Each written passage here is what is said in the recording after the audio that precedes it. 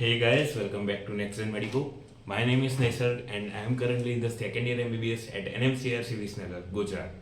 And first of all, heartily congratulations to all of you. अगर आप ये video देख रहे हो इसका मतलब आपको मेडिकल स्कूल के अंदर एडमिशन मिल गया है। तो ये कोई छोटी मोटी अचीवमेंट नहीं है, ये बहुत ही बड़ी अचीवमेंट है क्योंकि इधर से ही आपका जो करियर है, आपकी जो लाइफ है वो डिसाइड होने वाली है। तो सबसे पहले हम बात करें इस वीडियो के बारे में, तो इस वीडियो में हम लोग बात करने वाले फर्स्ट डायसेक्शन क्लास। सबसे पहले डायसेक्शन का मतलब क्या होता है? काटना। मतलब क्या काटोगे आप? जो भी डेड बॉडीज यानी कि हम जिसे कैडेवर कहते हैं, हम उसको कट करते हैं और उसके जो इंटरनल जो स्ट्रक्चर्स होते हैं वो हम एग्जामिन करते हैं, जैसे कि नर्व्स हो गए, बोन्स, देन टिश्यूज, मसल्स, और वो सब अब इसके अंदर ऑब्जर्व करते हैं। तो सबसे पहले हम लोग बात करें कि क्या क्या बात ध्यान में रखनी है, क्या क्या चीज़ों की आपको ज़रूरत पड़ेगी। और बहुत लोगों को इसके अंदर चक्कर आने का चांसेस रहता है, कोई गिर भी जाता है। हमारे क्लास के अंदर भी ये केसेस हुए हुए हैं। तो हम लोग सबसे पहले बात करेंगे कैडेवर्स। कैडेवर्स यानी डेड बॉडीज, जो किसी की डेथ हो जाती है तो इसके बाद बहुत लोगों की फैमिलीज ऐसी होती है कि वो बॉडीज़ को डोनेट कर देते हैं। तो सबसे पहले आपको एक बात ध्यान रखनी है कि ऑलवेज रिस्पेक्ट कैडेवर्स, यानी कि मतलब जो भी डेड बॉडीज है उनकी आपको हमेशा रिस्पेक्ट करनी ही है, क्योंकि वो मर के भी आपको बता रहे हैं, आप ऐसा मान सकते हैं। इसलिए never disrespect cadavers as they are first anatomy teachers after professors. Then बात आती है कि आपको कौन सी चीज़ें लेके जानी है डायसेक्शन हॉल में। वैसे तो आप पूरा बैग भर के जाओगे, बट मैंडेटरी थिंग्स क्या है कि वो है आपका dissection kit and the second one is dissection manual. अगर डायसेक्शन किट की बात करें वो तो भाई मैं आपको ओपन करके दिखाने वाला हूँ, बट अभी बात करते हैं सबसे पहले डायसेक्शन मैनुअल। तो बहुत जगह पे ये जो डायसेक्शन मैनुअल होती है वो मैंडेटरी होती है। हमारी कॉलेज के अंदर भी टीचर्स यानी कि प्रोफेसर्स जो डायसेक्शन हमें परफॉर्म करना सिखाते थे और साथ साथ में हम वो करते भी थे, उन्होंने बोला था कि आपको एनाटॉमी का डायसेक्शन मैनुअल होता है वो आपको लाना ही लाना है। बट मैंने जैसे ये बुक्स वाली वीडियो में आपको भी बताया था कि बहुत सारी ऐसी बुक्स होती है जो टीचर्स तो आपको बोलेंगे कि आप लाओ, बट आपको नहीं लानी होती। उसकी आप सॉफ्ट कॉपी रखो तो ज़्यादा बेटर रहता है, क्योंकि ये जो सारी बुक्स है वो महंगी भी होती है, तो क्यों ही खर्चा करना। और वैसे भी डायसेक्शन पूरे वीक मतलब सिर्फ 2 या 3 दिन मैक्सिमम होता है, तो उसके लिए बुक्स लाने की ज़रूरत नहीं होती। आप लाइब्रेरी से बुक ले लो और उसके बाद आप डायसेक्शन मैनुअल उसे यूज़ करो तो भी ज़्यादा बेटर है। फिर आपकी मर्ज़ी आप किस तरह से लाते हो। तो अभी बात करते हैं डायसेक्शन किट की। तो मैं इसको ओपन करता हूँ, मतलब ये मेरी डायसेक्शन किट है जो मैंने यूज़ करी है। तो सबसे पहली चीज़ मेरे सामने आती है, ये है लेंसेट्स। अभी लेंसेट्स आपको डायसेक्शन में काम नहीं आने वाले, ये आपको काम आएंगे फिजियोलॉजी की, हिमेटोलॉजी की लैब होगी उसके अंदर। बट ट्रस्ट मी, आज तक मैंने इस पाउच को नहीं ओपन किया। क्यों? क्योंकि हमारे जो फिजियोलॉजी का लैब था उसी के अंदर हमको लेंसेट मिलते थे। आप इससे प्रिक करते हो, देन आप जो भी आपके हिमेट के आपके एक्सपेरिमेंट्स होते हैं, जैसे कि आरबीसी काउंट करना, डब्ल्यूबीसी, फिर स्मीयर बनाने का आएगा, वो सारा आप इससे परफॉर्म करते हो। Then here is the alcohol steps, देख सकते हो। मतलब ये मतलब इसका रैपर भी बहुत गंदा ही हो गया, मतलब इसको भी मैंने ओपन नहीं किया है आज तक। तो बस क्योंकि जो कॉटन है उसके अंदर स्पिरिट डाल के वो रखते ही है, तो वही हम यूज़ कर लेते हैं। देन ये है फोर्सेप, ये एक है और ये है दूसरा। अभी ये कुछ ऐसे फसल को पकड़ रहे हो तो उसके लिए ये काम आता है, और ये कुछ खींचने के लिए, मतलब ऐसे डालो और खींचो। तो बस ये 2 टाइप्स के फोर्सेप्स है, वो भी आपको ध्यान रखना है। Then there are scissors 2। तो इस तरह की 2 सीजर्स होती है, जैसे कि आप दोनों के एंड देखो कि एक में पूरा शार्प एंड है और इसके अंदर ब्लंट एंड है। तो इस तरह की 2 सीजर्स आती है। देन मैंने ये एक चीज़ मेरे डायसेक्शन किट में ऐड की है, मेज़र टेप। मैंने मेज़र टेप क्यों ऐड की?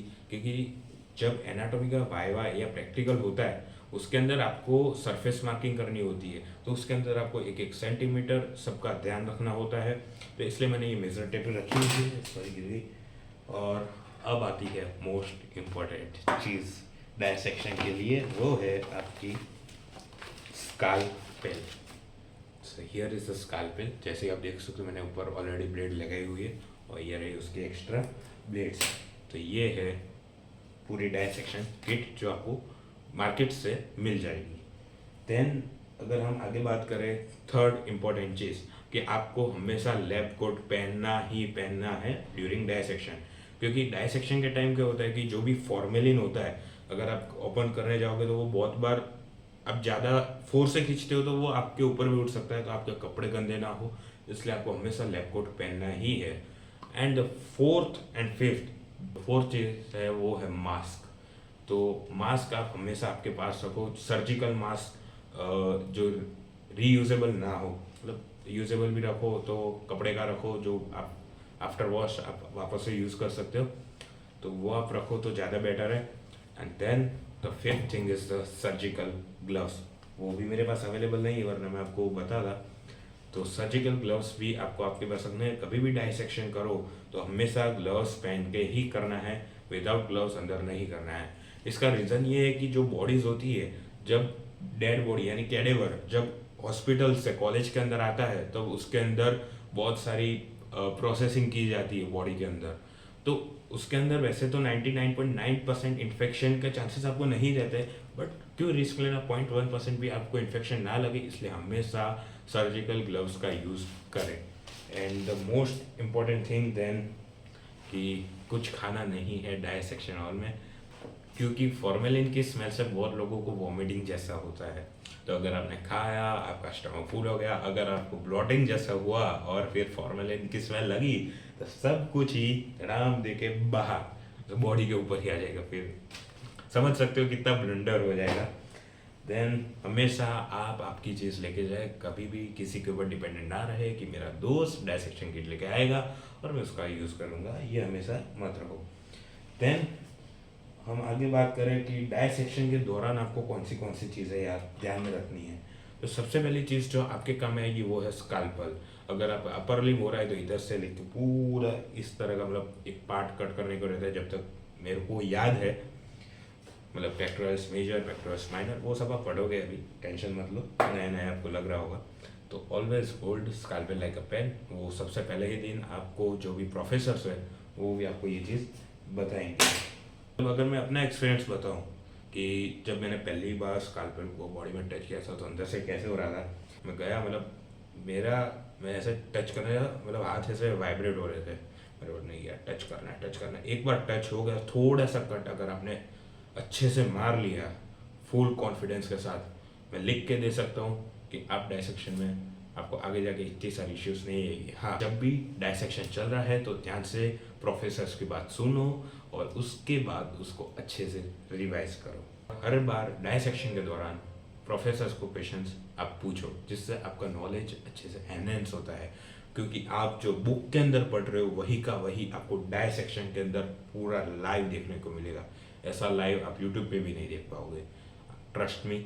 हर बार अगर जैसे कि आपका क्यूबाइटल फोसा चल रहा है, जो ये आपको ट्रायंगुलर स्पेस दिख रहा है, तो जब वो कट कर रहे हैं तो सर को, मतलब आप बुक भी साथ में रखो, आप कोई भी बुक यूज़ करते हो, बुक की भी वीडियो यूट्यूब चैनल के ऊपर है, तो आप देखते जाओ कि ये वो मसल है, ये वो मसल है। अगर आप कंपेयर करते करते साथ में पढ़ते जाओगे तो आपको आगे जाके इश्यू नहीं आएगा। इनकेस यूनिवर्सिटी एग्जाम में भी अगर आपको डायसेक्शन का याद है कि नहीं मैंने डायसेक्शन किया था या देखा था, और इस समय अगर जैसे कि क्यूबाइटल फोसा इंपॉर्टेंट क्वेश्चन है आपका 5 मार्क्स में, तो मेरे को याद है कि इधर ये मसल था, इधर ये मसल था, इधर से ये कंटेंट पास हो रहा था, अगर उस टाइम का भी आपको याद है तो ट्रस्ट में आप यूनिवर्सिटी एग्जाम में 5 में से अगर अच्छे से लिख के आ गए तो 3.5 मार्क्स आपके कोई नहीं ले सकता। And the next thing is कि कोलैबोरेशन में ही हमेशा काम किया करना है। मतलब ऐसा नहीं है कि दो दोस्त जकड़ रहे कि नहीं मैं डायसेक्शन करूँगा, नहीं, उसमें आपको स्काल्पेल लग भी सकता है, सीजर भी लग सकती है, तो ध्यान रखना है, झगड़ना नहीं है, साथ मिलकर आपको काम करना है। अभी बात आती है कि आपको डायसेक्शन हो गया, उसके बाद आपको क्या करना है। अगर आपने डायसेक्शन परफॉर्म किया है या नहीं परफॉर्म किया, आई वुड प्रीफर कि अगर आपने किया है तो सबसे पहले आप आपके इंस्ट्रूमेंट्स को अच्छे से वॉश करो। वहाँ पे हमारे डायसेक्शन हॉल में तो वॉश बेसिन लगाए हुए है, ऑलमोस्ट 10-12 तो वहाँ पे ही इंस्ट्रूमेंट्स को हम वॉश कर देते हैं, बट आई वुड प्रीफर कि ग्लव्स पहन के ही उसे क्लीन करो। देन जैसे ही आपके इंस्ट्रूमेंट हो जाए क्लीन, उसको साइड में रख के आपको ध्यान से आपके सर्जिकल ग्लव्स निकालने हैं, और वहाँ पे जो भी डस्टबिन रखी हो वहाँ पे आपको डाल देने हैं। और हाँ, ध्यान से ग्लव्स रीयूज नहीं करने हैं। आप डस्टबिन में डालो, फिर वहाँ पे हैंड वॉश रखा हुआ होगा, उससे आपके अच्छे से हैंड वॉश करो। वैसे भी तो आपको वो अच्छे से आपको वॉश करना है। तो ये तो कुछ सेफ्टी के लिए आपको ध्यान में रखना है। और and the last thing is revise what you did today. मतलब एनाटॉमी डायसेक्शन के बाद थोड़ा रेस्ट करो, रिलैक्स करो, बट उस दिन जिस दिन डायसेक्शन हो उस दिन एक बार बुक उठा के देख लेना, आपकी कंसेप्चुअल क्लियरिटी बहुत अच्छे से आ जाएगी। तो बस आज के वीडियो के लिए इतना ही। आज का वीडियो मेरे को लगता है पूरा रॉ वीडियो बनाया मैंने, मतलब कुछ स्क्रिप्टिंग नहीं, मैं सिर्फ डायरेक्टली बोल रहा हूँ आपके साथ, क्योंकि मैंने अपना एक्सपीरियंस आपके साथ शेयर किया है। और बस आज के वीडियो के लिए इतना है, मिलते हैं अगले वीडियो में, तब तक के लिए बाय बाय। और कुछ कुछ अगर आपको लगता है कि इसके ऊपर वीडियो बनाना चाहिए तो कमेंट कर दो। अगर आप नए सब्सक्राइबर हो तो भी कमेंट कर दो कि आई एम न्यू हियर, तो उस तरीके से आपको हम गाइड कर सकते हैं। बस मिलते हैं अगले वीडियो में, बाय बाय।